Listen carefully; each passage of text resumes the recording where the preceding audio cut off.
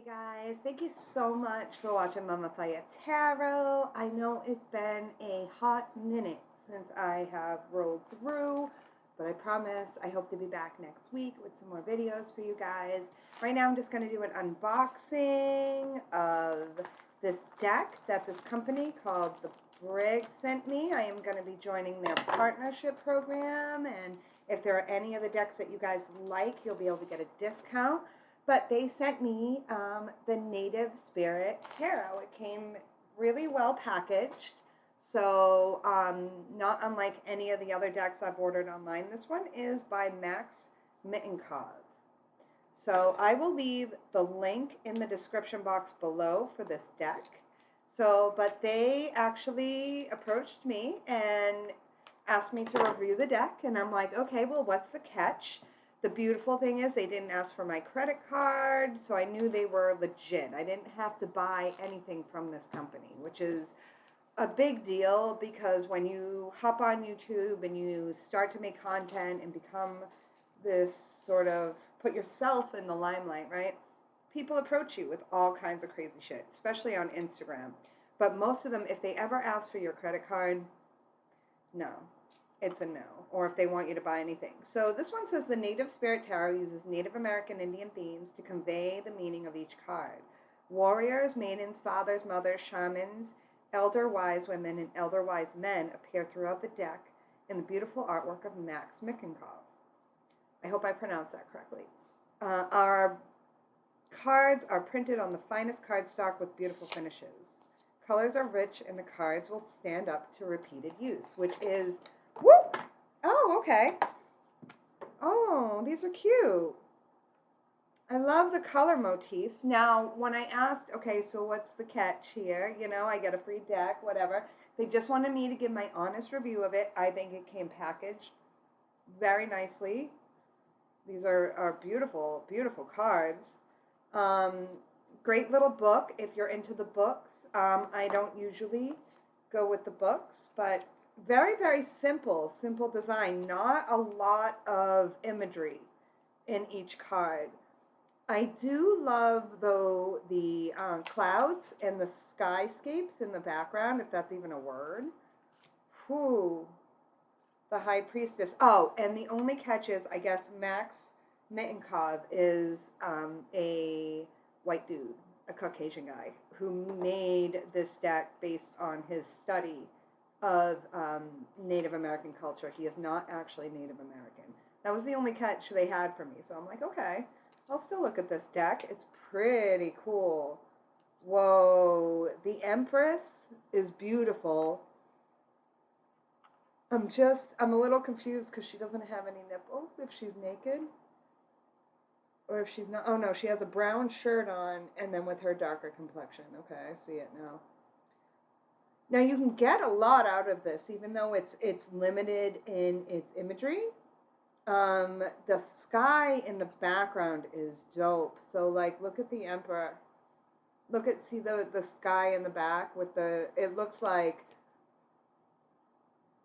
two buffalo. It must be, yeah, it's a bunch of buffalo around him, which speaks to the Emperor, that strong energy. I love the back of the cards too. They're actually really beautiful.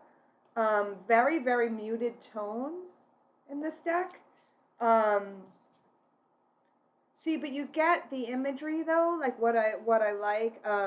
This Hierophant in particular, you can see what's missing in the Hierophant of a lot of other decks is how the Hierophant is speaking to, because the Hierophant is the prophet. He's the priest. He's the, so he's the teacher. And this actually shows the teacher teaching. That is not typical in a lot of decks, which I appreciate that. The Lovers is beautiful. Look at that. The colors are stunning, I will say. While they're not really bright, still very eye-catching. The cardstock, very thick. I can see this deck lasting, like, because as a hotline psychic, you guys know, like I read tarot full time, not on YouTube, but definitely full time. And my decks take a beating, and the card stock is very, very important. It actually looks like it shuffles well. So I'll go through a few more of the majors. Wow, it's beautiful. That's beautiful. Yeah, this is gorgeous. This Wheel of Fortune with the dream catcher. Stunning. Okay, yeah, I'm a fan of this deck. Very muted, but also, wow, look at death, you guys. Can you see that? You can see he's definitely got all the war paint all over his body. That's pretty dope. Come on, focus. Focus, focus, focus, focus, please. Should have got my nails done before I did this. Temperance with the water. Yeah, this is cool. Whoa, the devil. I don't know. I'm not sure you can see it that well on screen. But when it comes to doing in-person readings, I think that clients would look at this deck and resonate with a lot of the imagery in it. If I were doing in-person readings, this would be a great deck for like markets. I do a lot of markets and public stuff, or I did a lot more before, you know. I like this moon. Oh no, that's the sun. The sun and the moon. Very cool. Very cool. Very cool deck. I like it, especially, you know, I mean, seeing as I didn't pay for it. Makes it a little nicer too. So yeah, this is gorgeous. Gorgeous, gorgeous. Look at the purples. I mean, look at how it matches my wall in the background. Like, that's gorgeous. The wands are beautiful. Beautiful deck. All right, let's see how it shuffles. I like it. I do. I like the vibes off it. I definitely can see the book looks a little minimal. You can see it's a typical tarot book. Yep. All right. With the typical meanings. You know, I had to learn off of books. I was learning tarot 20 years ago before the internet is what it is now. Wow, these shuffle beautifully. Nine of Swords. Woo, we may be dealing with some anxiety. Who isn't dealing with anxiety right now? But yeah, these shuffle beautifully. And they're speaking to me already. Look, the sun came out again. Wonderful. So, you know, if you're watching this and you're looking for a reading, definitely shed light on any anxiety you're having. Whoa. Yeah, I got to break these in because they're very slippery. But we got the Knight of Cups and the Page of Cups and the Moon and the Star. Very cool. The Sun, the Moon, and the Star all came out naturally. I like this. Oh, the Queen of Coins. She's beautiful too. I would recommend this deck. It's gorgeous, especially for a beginner who doesn't want to get overwhelmed with the imagery and really wants something that is easy to read. This is very easy to read. Hold on, I got to get the ones off the floor. And honestly, the cards going flying like that is very, very typical of a brand new deck that doesn't have any of my, you know, finger oils and face goods on it, you know, because if you ever notice a lot of tarot card readers, they end up having to like rub their noses or do some weird stuff, and then the cards get a little stickier and easier to work with when they're brand new.